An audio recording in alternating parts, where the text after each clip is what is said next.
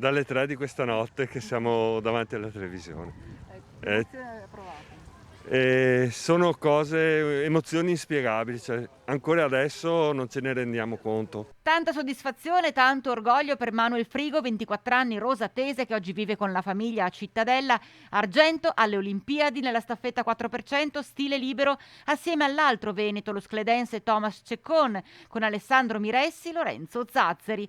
Un risultato che ha commosso mamma Vanna e papà Danilo. Siamo talmente tanto felici, ma proprio soddisfatti perché sappiamo tutti i sacrifici che ha fatto.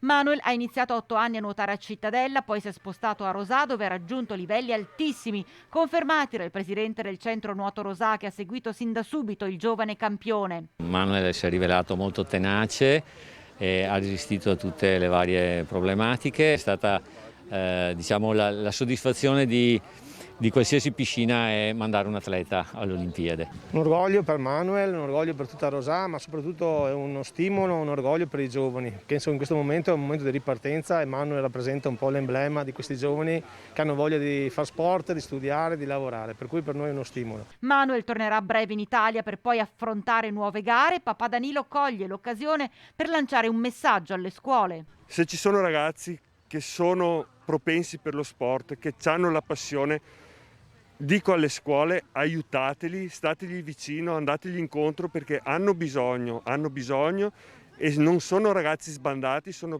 ragazzi che hanno un qualcosa che vogliono esprimere nello sport e bisogna aiutarli in tutti i sensi. Con l'esperienza di Manuel voglio che tutti i ragazzi che sono nello sport vengano aiutati perché devono essere aiutati, perché se un qualcuno crede in quello che fa deve essere aiutato, non deve essere messo da parte, assolutamente. Insomma, anche in questo caso la storia di Manuel è un esempio da seguire e intanto tutta Rosà si sta preparando ad accogliere il suo campione.